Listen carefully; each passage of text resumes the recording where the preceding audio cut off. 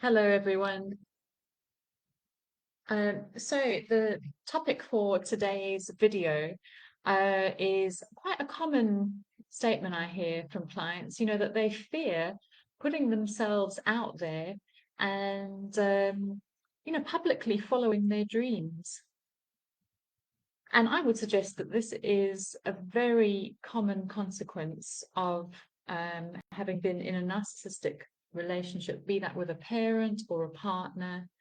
It doesn't really matter. For most of us, it will be both of those, usually.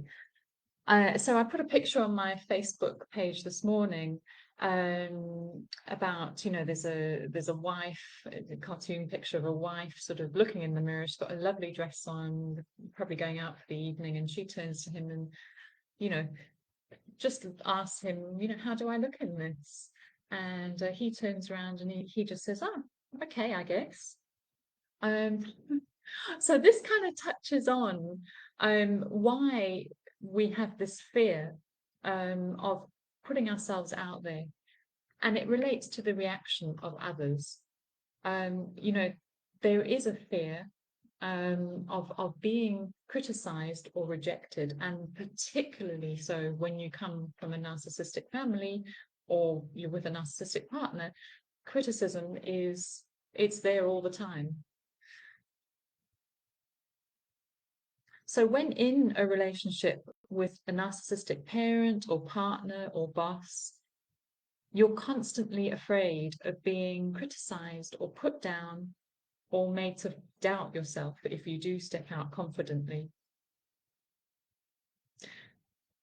So in childhood, when you have a narcissistic parent, you learn that to be safe is to keep yourself hidden, but also to sort of balance that with other times of being seen to be successful, because that will maintain the narcissistic parent's public image, the false self. So there's a bit of a delicate balance here, which we're going to explore now, between being hidden, but also then being seen as successful.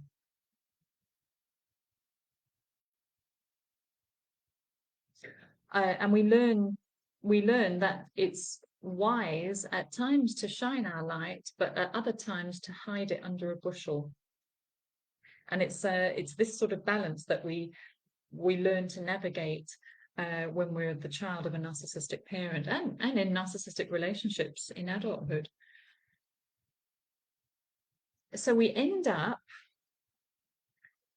in a situation where lots of success, of being extremely successful, of having a life full of joy and thriving and abundance, is not acceptable to the narcissistic parent unless it's less than the thriving and abundance and success that they have.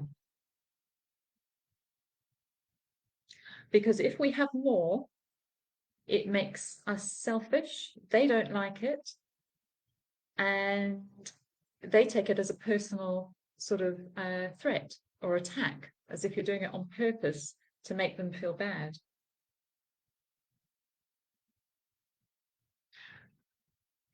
Because we're groomed to always stay slightly less than the narcissistic parent or partner, the safe place for us is not in overcoming confidence fears, but rather in keeping ourselves low in confidence. Can you believe?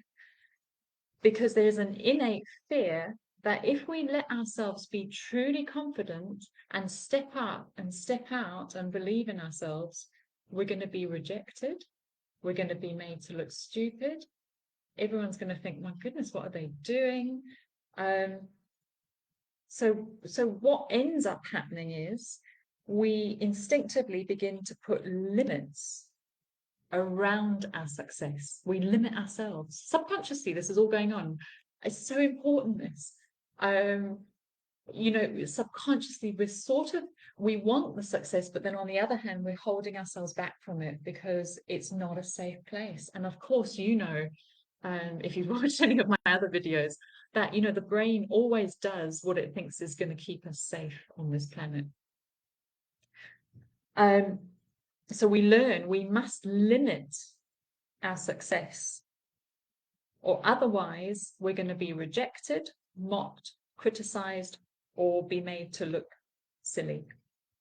Or the narcissistic person's going to be annoyed because, you know, we're doing it on purpose to make them look bad in other ways. So that's really key, this, you know, that we learn to limit our success, that safety is to have a bit of success, but to limit it, to hold it back. And so this then translates to all we do later in life. We hold ourselves back because of fear of criticism from others, fear of making them feel uncomfortable. And the thing is, it's not actually the, you know, the kind of spoken criticism of others that we fear the most, I don't think. It's the criticism that we imagine is going on within them about us stepping up and being confident and, you know, shining.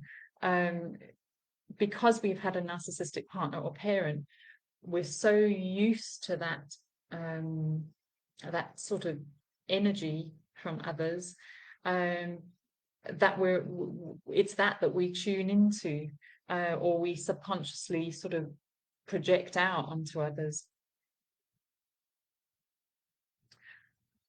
So it's the secret thoughts of others about our stepping up that scares us. And this keeps us stuck in the life that we don't want, keeps us trapped. And it robs us, ultimately, of the most important thing, the why of our lives. What is the why of our lives? The why of our lives is to shine out using all your gifts, all your wonderful beauty in you, you know, all those things that make up the authentic you. It's to discover your purpose. It's to leave a legacy. It's to do work that you love, that brings you joy. It's all of those things. It's to thrive, basically. We have to break this pattern, in other words, because it is this disconnect from our light shining, our passion, our purpose, that leads to the multi-generational continuation, transmission of, well, ultimately narcissism. Because narcissism, I think, at its core, is a disconnect from the authentic purpose of the individual. And there's no greater pain, I don't think. There's no greater despair than not having been able to follow your purpose in this life. And narcissists don't. They follow supply. So if you're holding yourself back, or you're afraid to go for it, you know what you need to do. I'm going to leave my Calendly link at the end of this video. If you're watching on YouTube, it should be in the information after the video. But really, this is what it's all about, everyone. You know, we've got to get everyone on the planet in tune with their purpose, and thriving in this life. And the way there, I believe, truly, is to really do this inner work, particularly on the subconscious. We've got to break those patterns there. Thank you, everybody, and I'll see you for another video tomorrow. Take care. Bye now.